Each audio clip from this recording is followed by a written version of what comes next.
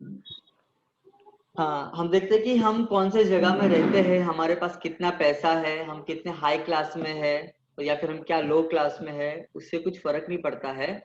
फर्क ये पड़ता है कि परमेश्वर हमारी सुधि लेता है। ठीक है, तो हम देखेंगे कि बहुत सारे लोग आज कोरोना कोरोना करके उन लोग डरते हैं कि क्या हो जाएगा, कि कोरोना से क्या हो जाएगा, अगर मैं कुछ करूंगा तो मुझे कोरोना तो नहीं हो जाएगा, ये नहीं हो जाएगा। लेकिन मैं आपसे कहता हूँ कि अगर हम परमेश्वर पे विश्वास रखेंगे तो हमको किसी चीज की चिंता नहीं है। तो यहाँ पे आप देख सकते हैं, ये उस समय की बात है जब मूसा लोगों को मिस्र में से बाहर लेकर आया। ठीक है, और उसके साथ में एक दो आदमी नहीं थे, उसके साथ में लाखों आदमी लोग थे, बूढ़े बच्चे, आदमी औरत, बहुत सारे लोग थे। उस समय में परमेश्वर हमारी रक्षा किया, उस समय परमेश्वर हमको क्या किया, बचाया।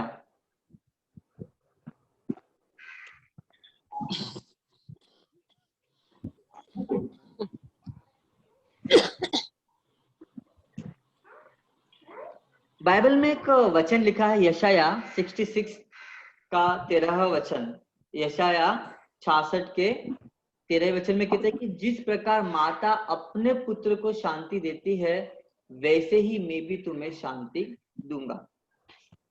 तो आप मुझे एक ऐसा व्यक्ति बताइए कि जो अपने माँ से भी ज्यादा, ठीक है, किसी और को ये करता है।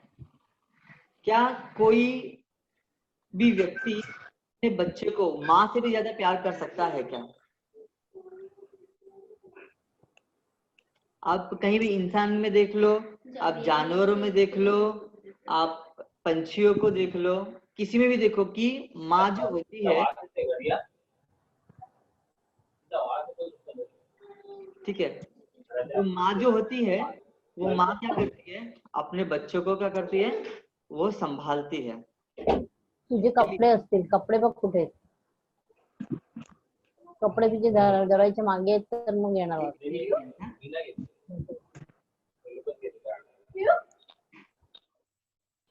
ओके,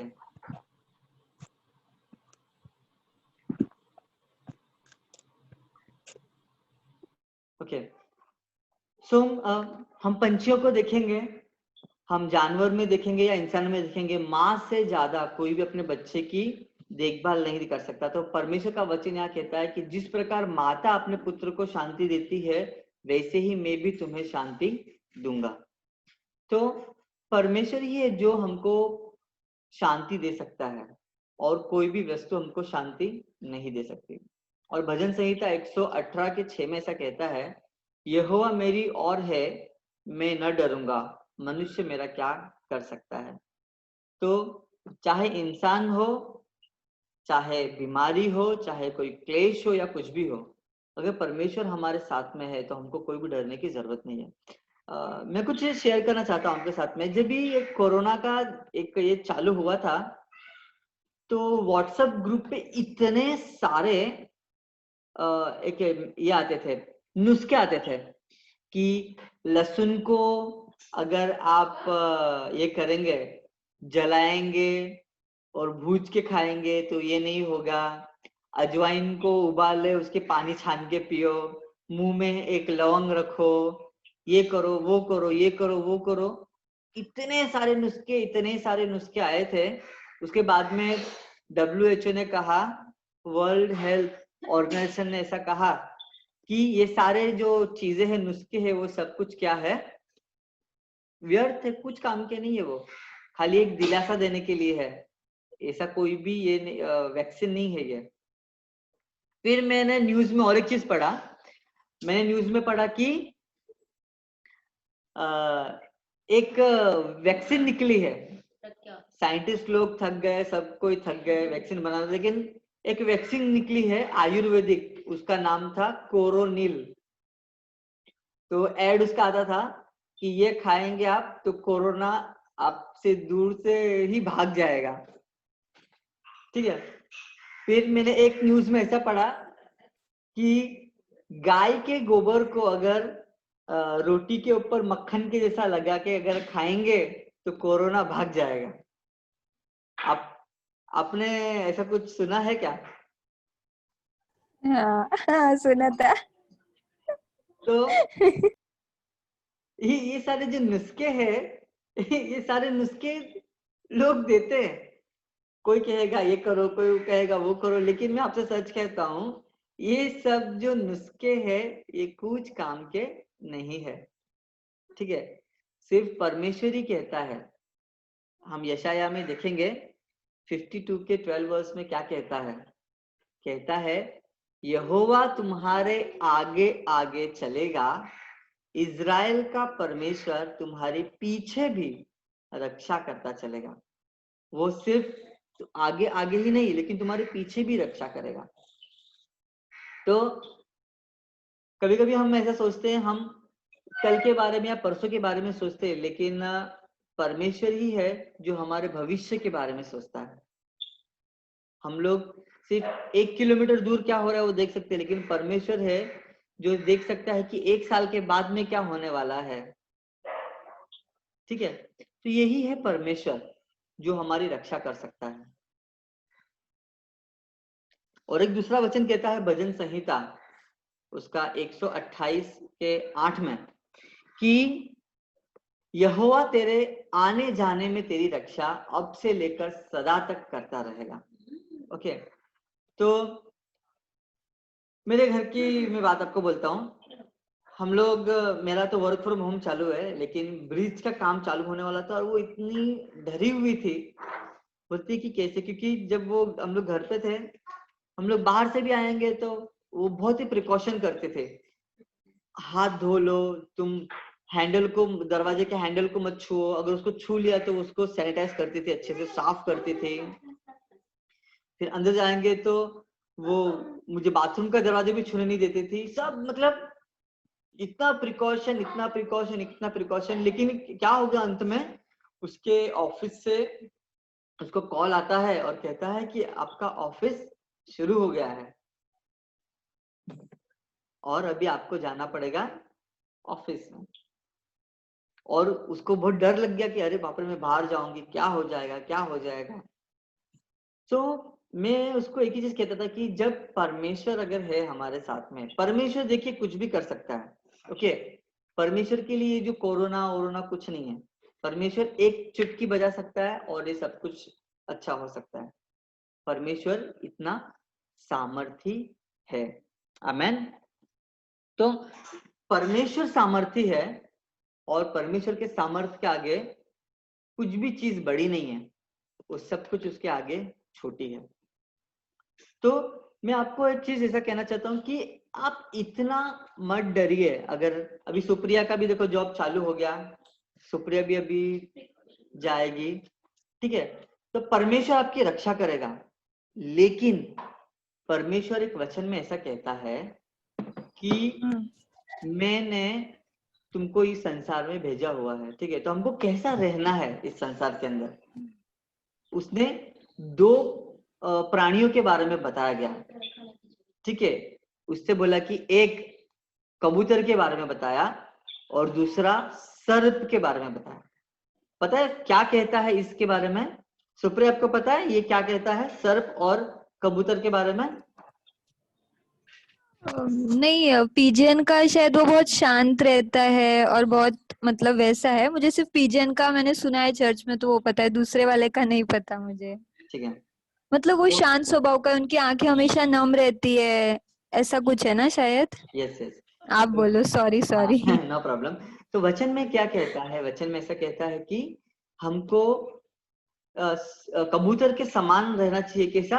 एकदम शांत। लेकिन सर्प के समान हमको चतुर भी रहना जरूरी है। तो देखो भजन संहिता 121 के 28 वचन में कहता है यहोवा तेरे आने जाने में तेरी रक्षा अब से लेकर सदा तक करता रहेगा, ठीक है। परमेश्वर हमारी रक्षा करेगा। आमेन। परमेश्वर हमारी रक्षा करेगा, लेकिन हमको क्या करना चाहिए? हमको शांत रहना है और हमको चतुर भी रहना है। नहीं तो बहुत सारे लोग को देखते हैं, हम ऐसा हाथ पर खोल के बोलेगा परमेश्वर मेरी रक्षा करेगा, परमेश्वर मेरी रक्षा करेगा। नहीं, ऐसा नहीं करना है। आपको जाना है, प्रिकॉशन भी लेना आपको जरूरी है, ठीक है। उसके बाद में जो भी है परमेश्वर आपकी रक्षा करेगा। तो आप लोग अगर जॉब पे जा रहे हैं और अगर आपको डर लग रहा है, तो मैं आपको एक चीज कहना चाहता हूँ कि आप चिंता मत करिए, परमेश्वर आपकी रक्षा करेगा, लेकिन आपको प्रिकॉशन वगैरह लेना भी बहुत ही जरूरी है। बहुत सारे लोग ऐसे होते हैं जो बीमार होते हैं ना, तो उन लोग दवाई नहीं लेते हैं, बोलते हैं प्रभु अच्छा करेगा, प्रभु अच्छा करेगा। यस, मैं विश्वास करता हूँ प्रभु अच्छा करेगा, लेकिन डॉक्टरों को किसने बनाया? परमेश्वर नहीं बनाया। पता है आपको लूका लूका कौन था? बाइबल स्टडी डॉक्टर था। डॉक्टर था। डॉक्टर था। डॉक्टर, लूका ना डॉक्टर था, उसका वैद पेशा डॉक्टर था, वैद या ठीक तो है। वैद होंगे पहले वैद टाइम था, पे। हाँ वैद था, डॉक्टर था वो। तो यीशु मसीह ने उसको बुलाया, तो जब वो यीशु मसीह के पास आया तो उसने अपनी डॉक्टरी छोड़ दी क्या? अब क्या लगता है?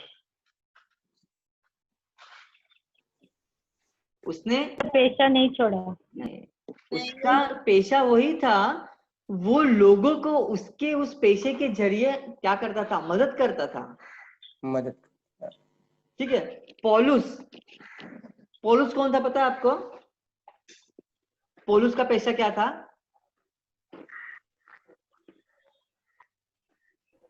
पौलुस टेंट बनाता था। तुमने पढ़ा है ऐसा? नहीं, पॉलुस टेंट नहीं बनाता था। पौलुस, तरस बनाता था टेंट। हाँ पॉलुस थोड़ी बनाता था। टेंट बनाता। पतरस नहीं, पौलुस टेंट बनाया करता था, नहीं नहीं, ठीक है। पॉलुस तो वो सिपाही था ना।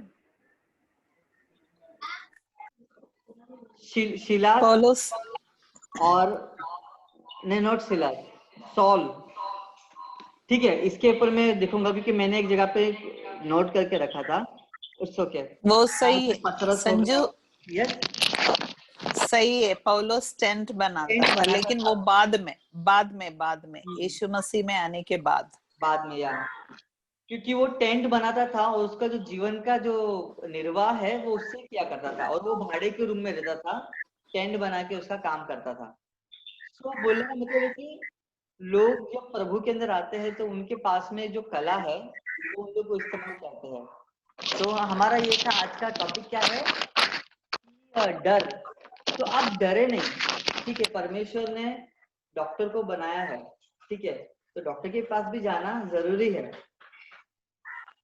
तो मेरा एक ही आपको कहना है कि अगर हम परमेश्वर के अंदर है तो इतना डर हमारे अंदर नहीं होना चाहिए कि हमारा जो हमारे अंदर परमेश्वर का एक आत्मा है वो वहां से ये नहीं होना चाहिए, जाना नहीं चाहिए, क्योंकि कहते हैं कि परमेश्वर ने हमको भय का आत्मा नहीं दिया है। अगर हमारे अंदर भय है तो फिर शायद परमेश्वर का आत्मा हमारे अंदर नहीं है, कुछ और ही आत्मा हमारे अंदर है, ठीक है। तो इतना बोल के मैं आपको दिलासा देना चाहता हूँ कि एक मिनट,